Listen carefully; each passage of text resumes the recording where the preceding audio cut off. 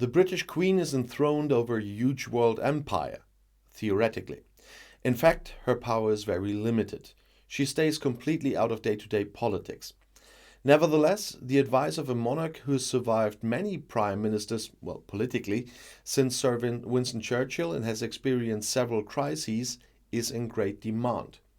Great Britain is considered to be the oldest constitutional monarchy in the world.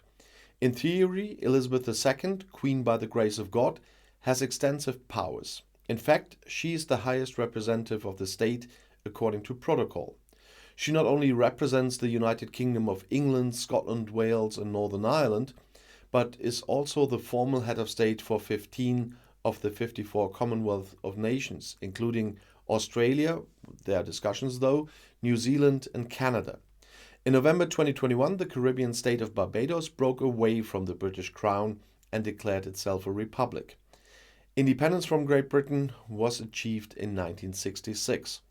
Barbados will remain a member of the loose confederation of 54 Commonwealth countries, though. Since then, Governor-General Sandra Mason, who officially represents the Queen in Barbados, has been the first female president of the Republic of Barbados. Her role in the state is aptly characterized by the following sentence: "The Queen reigns but does not rule. The Queen's constitutional rights are limited to a moral and consultative function.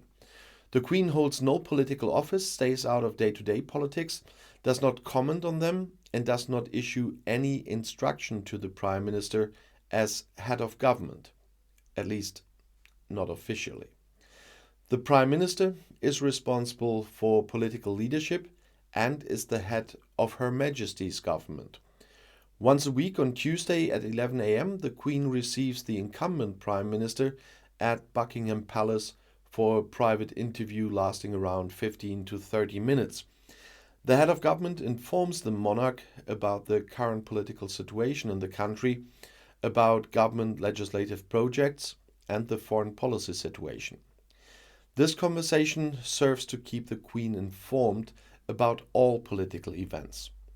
The Queen has seen 14 prime ministers since her coronation on June 2nd in 1953, from Winston Churchill to Boris Johnson. There was 53 and Johnson since 2019.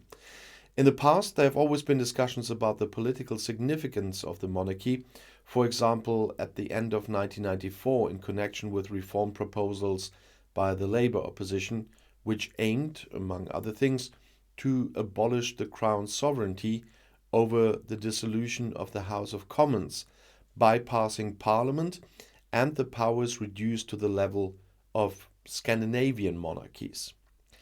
As the representative head of state, the Queen chairs the executive branch and must sign all laws of the elected Parliament.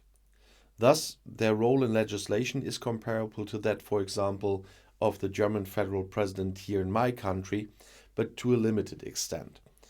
But she has survived many prime ministers, and with the whole situation at the moment, she might even see another prime minister, although I think I said 14, but I think it was 15.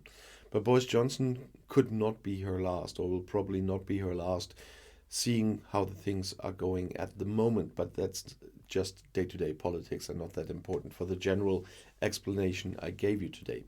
So the Queen is the monarch, but not really powerful politically. That is the very short sum up of the whole situation. And in case of some prime ministers, we don't want to name one now, it would be better if she had more power, I guess.